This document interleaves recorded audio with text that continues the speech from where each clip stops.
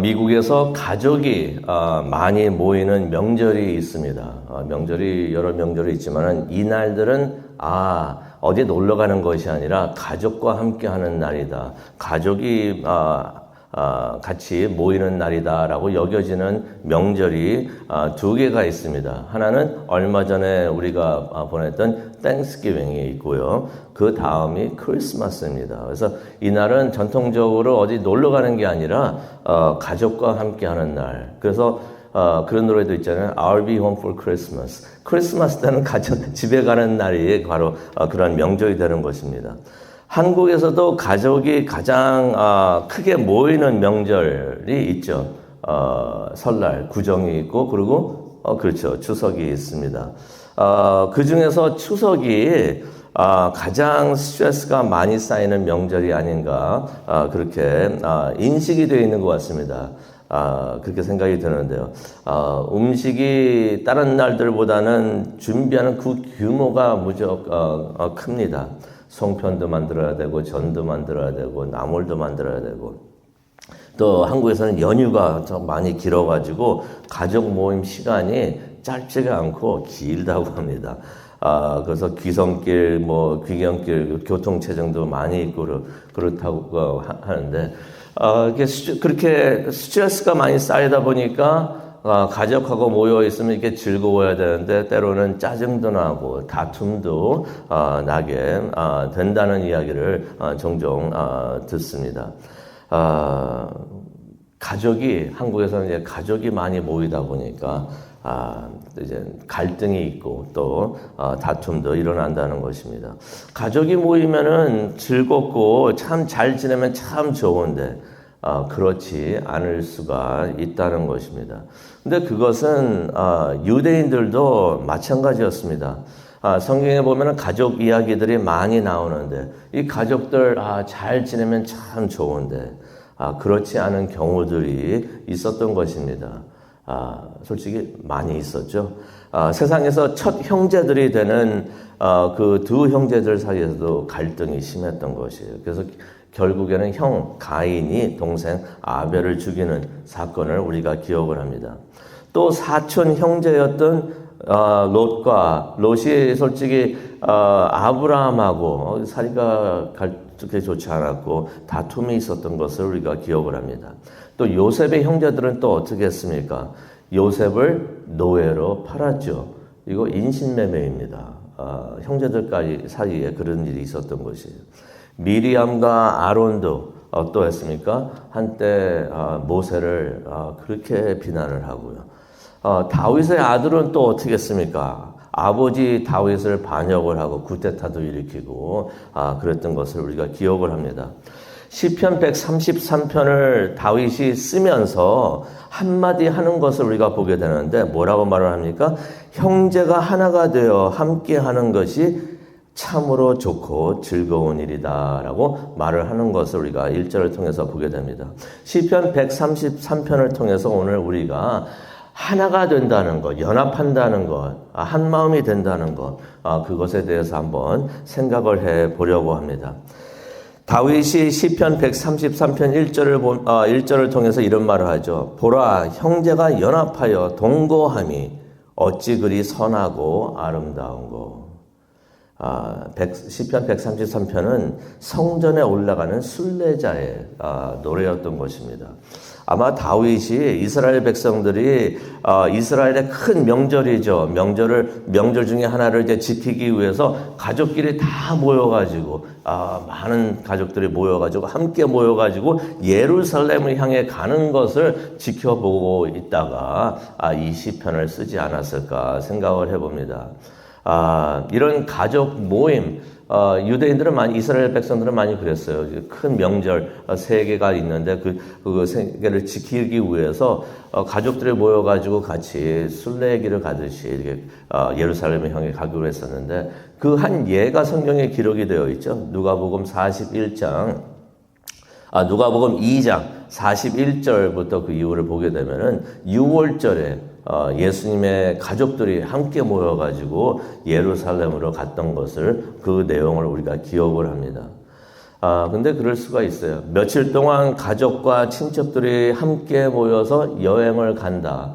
이거 가능할 수는 있는데, 모두 함께 모여서 다윗이 말하는 것처럼 동거하는 것, 함께 사는 것, 이것은 쉽지 않을 수가 있겠구나 하는 생각이 듭니다.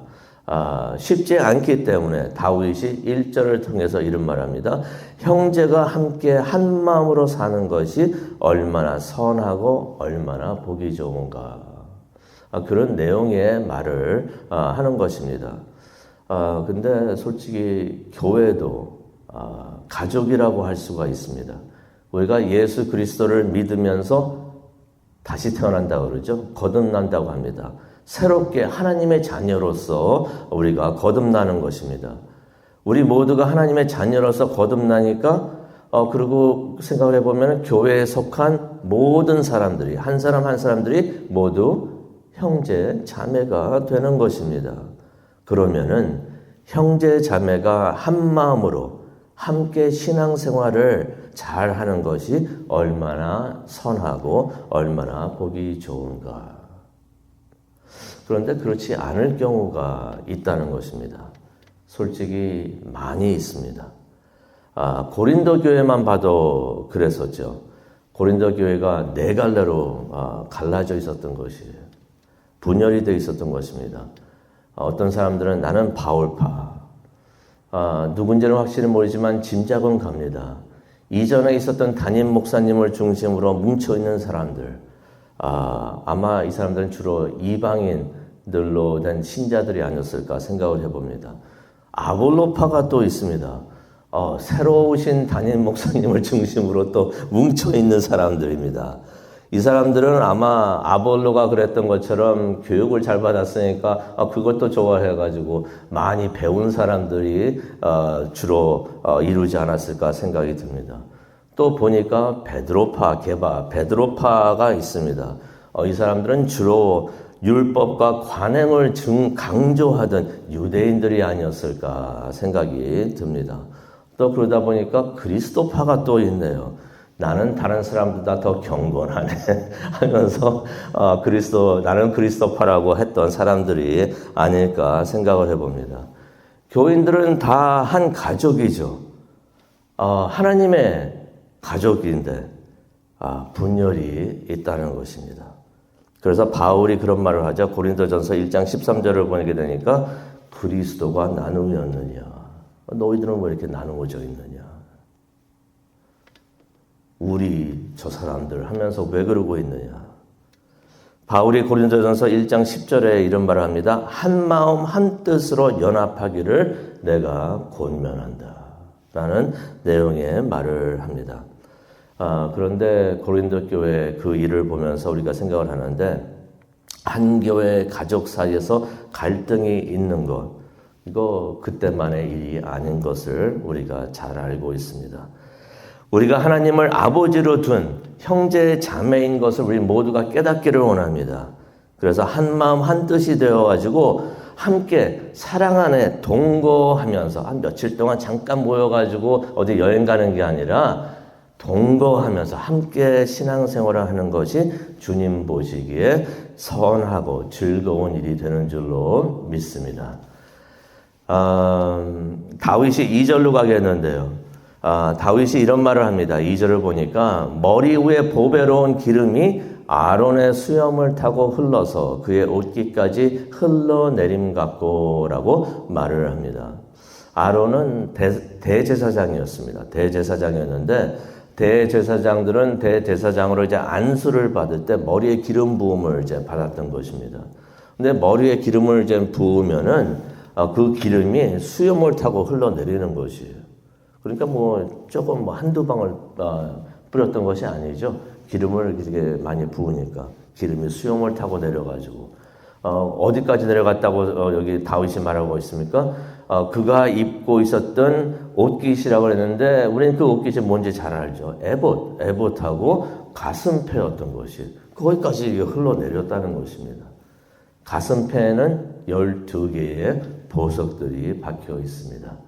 가슴에 사람들을 12지파를 품고 하나님을 앞에 나가야 되는 그 제사장들이 가지고 있었던 가슴패, 거기에는 12개의 보석들이 있었던 것이죠. 잘 아시다시피 그 12개의 보석은 이스라엘의 12지파를 상징하는 것입니다. 그렇다면 머리 위로 부어진 그 기름이 얼굴, 수염을 타고 내려와서 그 12보석들을 다 적신다는 것이. 다 적신다. 기름은 성령 하나님을 상징을 합니다. 하나님께서 12지파를 12지파가 있으니까 12개로 나누어져 있잖아요. 나누어져 있는 그 12지파를 축복해 주시는 모습이 나오는데 한 모습으로 하나로 이렇게 축복을 해 주시는 것이. 이게 영적 연합, spiritual unity가 아닌가 생각을 해봅니다. 하나로 이렇게 하나님께서 축복을 해 주시는 것을 우리가 보게 되는데 이게 다 무슨 뜻이 있을까? 그런 생각을 해봅니다. 하나님의 사람들이 한 마음이 되고, 우리가 많이 그런 얘기 하잖아요. 교회가 하나가 되어야 되고 한 마음이 되고 한 뜻이 되어야 되는 게 참 좋다. 어떤 교회는 그런 걸 강조하기 위해서 교회 이름도 한 마음이에요. 한 마음으로 한 뜻이 되는 것. 교회 하나님의 사람들이 이렇게 한 마음 한 뜻이 되는 것. 이거 성령님이 하시는 일이구나. 위에서부터 기름이 부어져서 기름이 가슴패까지 내려오는 일. 이게 하나님이 하시는 일이라는 것을 우리가 다시 한번 깨닫게 됩니다. 하나님이 하시는 일이니까 이것이 사람이 하는 일이 아니라는 것이에요. 사람들은 때로는 계산을 합니다. 인위적으로 하려고 합니다. 다른 사람들의 마음을 유도를 합니다. 영어로 표현하면 manipulate 한다고 그러죠. 좀 더 나가면은 가스라이팅까지도 합니다. 그래가지고 연합을 이룰 수는 있어도 진정으로 한 마음이 되고 한 뜻으로 연합하는 것은 성령 하나님께서 해주시는 것이구나 하는 것을 우리가 다시 한번 깨닫게 됩니다. 그러면서 이제 다윗이 3절에 이런 말을 하죠. 헐몬의 이슬이 시온의 산들에 내림 같도다라는 말을 합니다.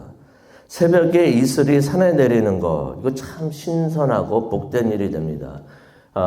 산에 있는 꽃들, 나무들에게는 이게 생명과 같은 일이 되는 것이에요.